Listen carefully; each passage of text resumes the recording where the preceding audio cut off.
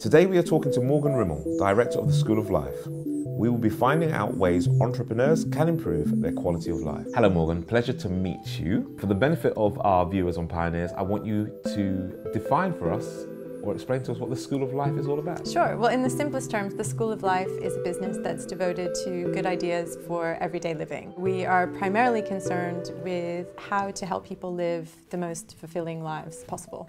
And how long has the School of Life been running? 3 years. So we've had about 40,000 people participate in our public programs. What are the goals and plans for the School of Life? When the school was originally founded, the initial vision was to create an alternative form of education for adults that was sort of non-traditional, so a way of bringing ideas out of the ivory tower and onto the high street, and to make it more accessible, learning more accessible and relevant to everyday lives. So we started out by launching a range of classes, workshops and other weekend events. We've now moved into publishing, so we'll be launching a series of books next May.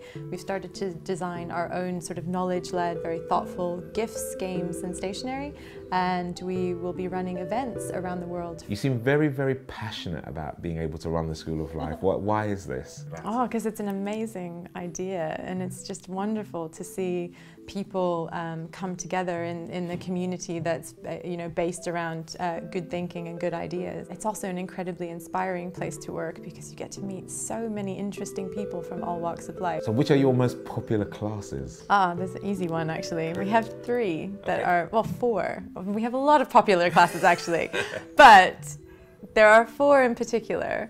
One is how to find a job you love, I think for obvious reason. How to realize your potential. Again, this idea of reappraising one's values and trying to work out what's really important. People thinking more about their relationships, their creative lives, the things that they're really passionate about, and maybe they're not getting that from their career, and trying to find a way to reconcile that through pastimes, volunteer work, side projects, starting businesses, kind of taking the leap from salaried work into a completely new venture that's self-supporting. What types of people attend the classes? You never know who you're going to get, and that is like the beauty of the School of Life. I mean, I think if you had to kind of pick sort of as a primary group, I'd say people probably from their mid-20s to their mid-40s who are obviously kind of dealing with the big issues in life. So sorting out their career, working through their first serious relationships or marriages, starting families, like some of the really big pressing issues in life. How do you think the old wisdom that you have here in the school matches up with the modern entrepreneurial mindset? We're actually really good in the sense that we draw on the old and the new. So it's very much everything from ancient philosophy through to the latest neuroscientific research.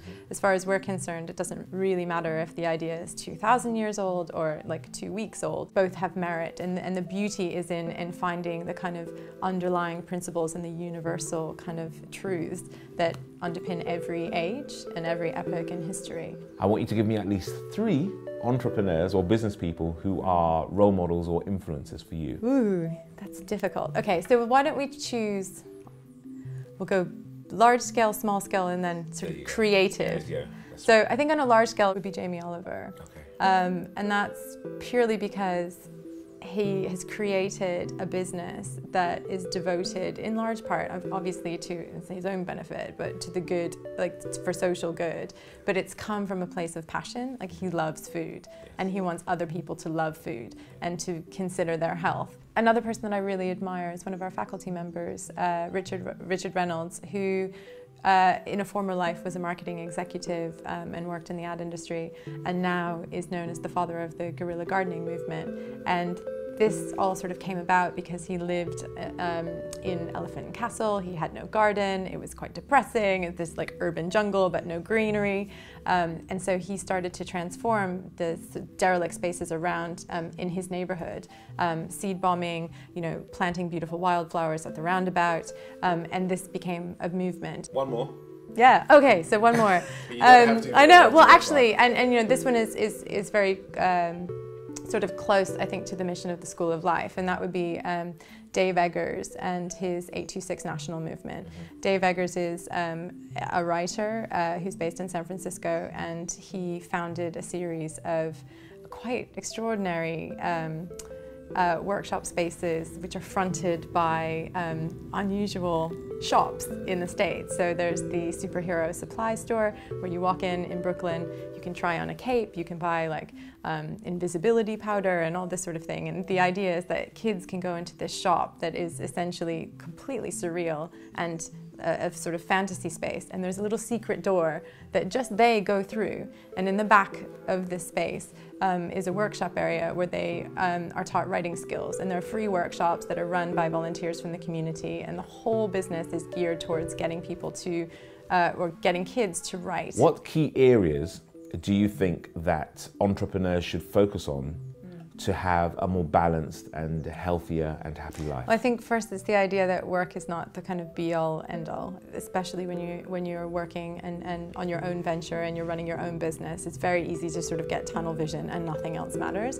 But as important as it is to devote yourself completely to your mission and to your work, it's equally important to take time away and to make the time off of work a very productive and fruitful time for thinking. I know I'm so guilty of this. It's really difficult to turn off and like put the BlackBerry down like at the end of the day and to go home and do something different, but it's so important to give your mind a rest. Entrepreneurs are obviously focused on the bottom line or making profit. How important is it to you that entrepreneurs also focus on their personal development? It's incredibly important to develop your financial resources, but developing your emotional resources is equally as important, because as the leader of a business and as somebody who's, you know, an owner of a business, you're also responsible for other people and for managing a number of different relationships, whether those are within your organization or with external parties. And particularly in environments where it is very stressful and there's a fast pace of change, there's so much happening. It's about developing that internal ability to kind of manage and check your own emotions, but to respond appropriately to the emotions and the concerns of the people around you. It's been fantastic meeting you, Morgwn. Thank you very much. I look forward to seeing you again. It's been a pleasure.